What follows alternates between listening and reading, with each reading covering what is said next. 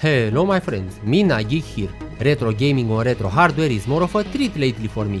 Treat as in, I don't really have time for it. Unfortunately, it is what it is. I don't game too often, yes, but when I do it with style. More exactly on this beautiful Windows 98 computer built a few months ago. Video in the description.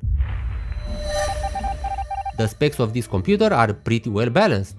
Starting with the beloved Pentium 2 clocked at 400 MHz, which is inside this rather crass but effective plastic coffin. And please let me indulge myself in some history about this Pentium 2. Thanks.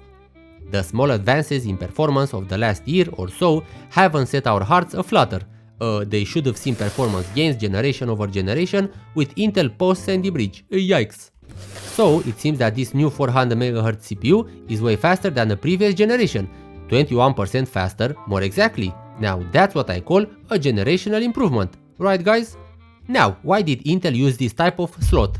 Well, mainly because they could add the cache of the CPU very close to the CPU, because they couldn't add it on the CPU die, like today. But we all know that slot 1 was invented to be patented and not allow AMD to make CPUs that were compatible to it. Good job guys! The video card is the underrated ATI Rage Fury Pro. And if we look at some benchmarks from back in the day, we can see that this card was quite a performer, sometimes faster than even the Voodoo 3 and close to the Riva TNT2 Ultra. Impressive. But enough talk, let's game, and I'm going to, on this CRT. The target for me is decent FPS at 800 by 600 16-bit, because at this resolution I can have 85 Hz, and 16-bit because this is the way in the 90s. Back then moving from 16 to 32-bit added a considerable strain on the video card. Suddenly the memory bandwidth was not enough to move those big fat textures, and the video memory size was not enough to store them. This CRT has quite a story. It was the winter of 2001. This little geek right here, not you my friend, I was talking about me. This little geek was 14 years old, just got into high school, and as a reward my parents bought me a computer. It was a huge financial strain on them, but that's how it all began. I can't paint the emotions, the feelings, the wonder and the excitement that was all around me in that winter. I lived in the countryside, snow was everywhere like in the good old days, not even snow is the same today. And this precise CRT was part of what I received back then. The plastic had a very particular smell after a few hours of gaming, especially in the first months. I won't tell you that I'm still smelling it from time to time. I grew up, moved to other CRTs, a Samsung 795DF, then a 21-inch widescreen LCD from LG, but this 15-inch CRT was kept by my father in the attic. Until 3 years ago when I found out that I still have it. It was amazing. I cleaned it and it got its second life. Let's honor its memory with a classic. And I'm going to begin my 1998 gaming extravaganza with Quake 1 from 1996. Was this in the script? Let me check that out. But geek, why not Quake 2? Quake 2 is just a slower and worse Quake 1. This quote is taken from a Quake 1 review by the Computer and Video Games issue 179 October 1996. And please guys, read, preserve, keep in memory, talk about all of the wonderful work that older geeks did in regards to hardware, software, games and other weird tech, be it on websites, magazines, YouTube. Talk about it with your best friends, with your spouse. They deserve our sincere gratitude. I'm referring to the older geeks. The Quake engine was developed by the most badass developer in history, John Carmack. Badass because he used a 1080p 28-inch CRT monitor to code the engine. This in 1995. Also, if you find this relevant, Carmack created the 3D engines for Wolfenstein 3D and Doom. So he's basically the grandfather of PC shooters. This engine was also used to develop other games, of course, such as Hexen 2, an excellent game with graphics that make my eyes melt from sheer visual gratification. The engine was also forked and changed as to allow hardware acceleration for Quake, and so we have GL Quake, a version of Quake that is rendered by the video card, not the CPU, and besides the fact that you could have better performance, the visuals were also enhanced. I won't call them better, because better is really subjective when it comes to software versus hardware rendering in the 90s. One of the things that were a game changer in Quake compared to Duke Nukem 3D for example was that this time Quake was a full 3D game. In Duke Nukem 3D we had a combination of 3D and 2D sprites.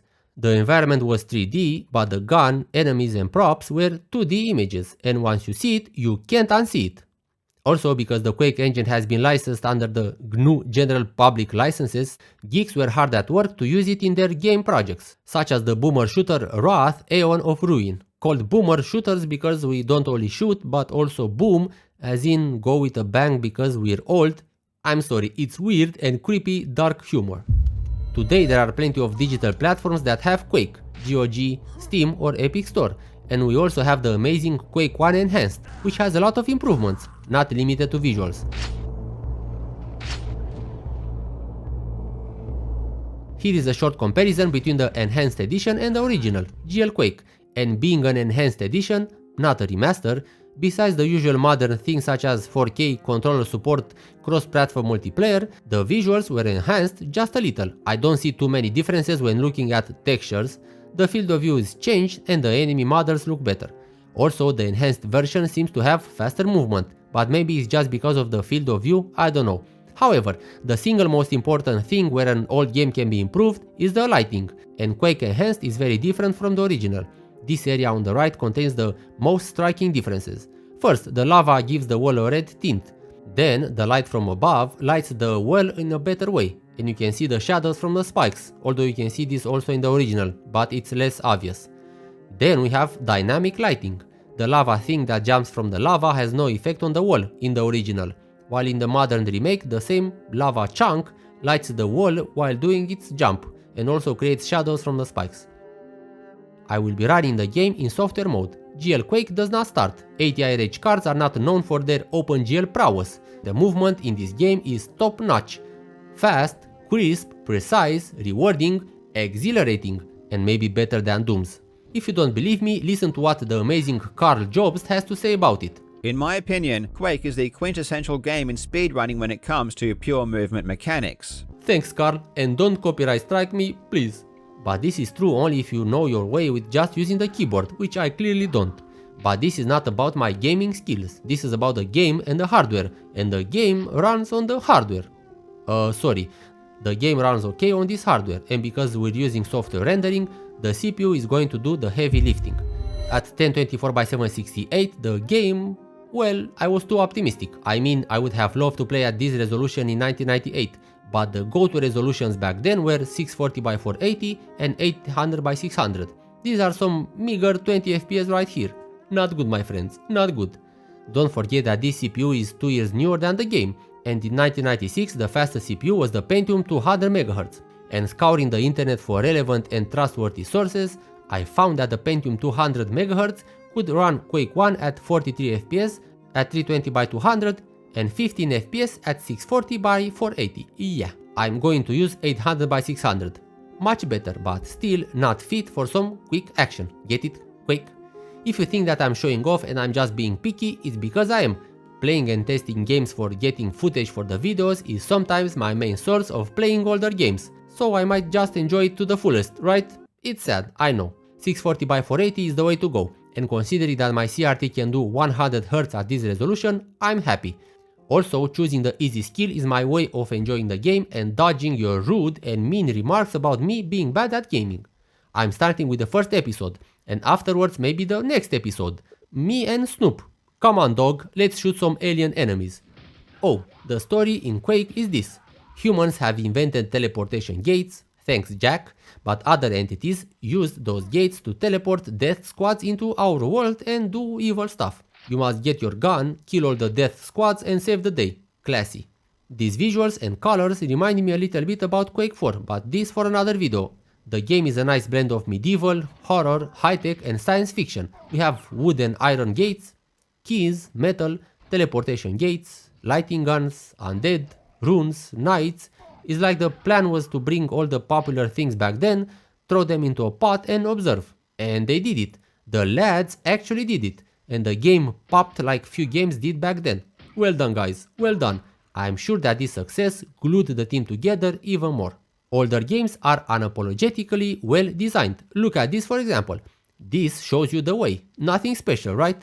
But a closer look shows us that the developers guided the player through in-world means. More exactly, things that are in the world of the game that feel part of the world. As you can see, I'm playing keyboard only, like it intended. And I don't like it, but any different experience is a good experience when talking about retro stuff. You want to get out of your comfort zone and maybe try something new. And this kind of stuff are part of the reason why I like going into the older times, especially those I'm not familiar with. It's not that I did not play Quake 1. Actually, I've played this game for the first time in 1998 or 1999 during some paid computer courses, but this for another time.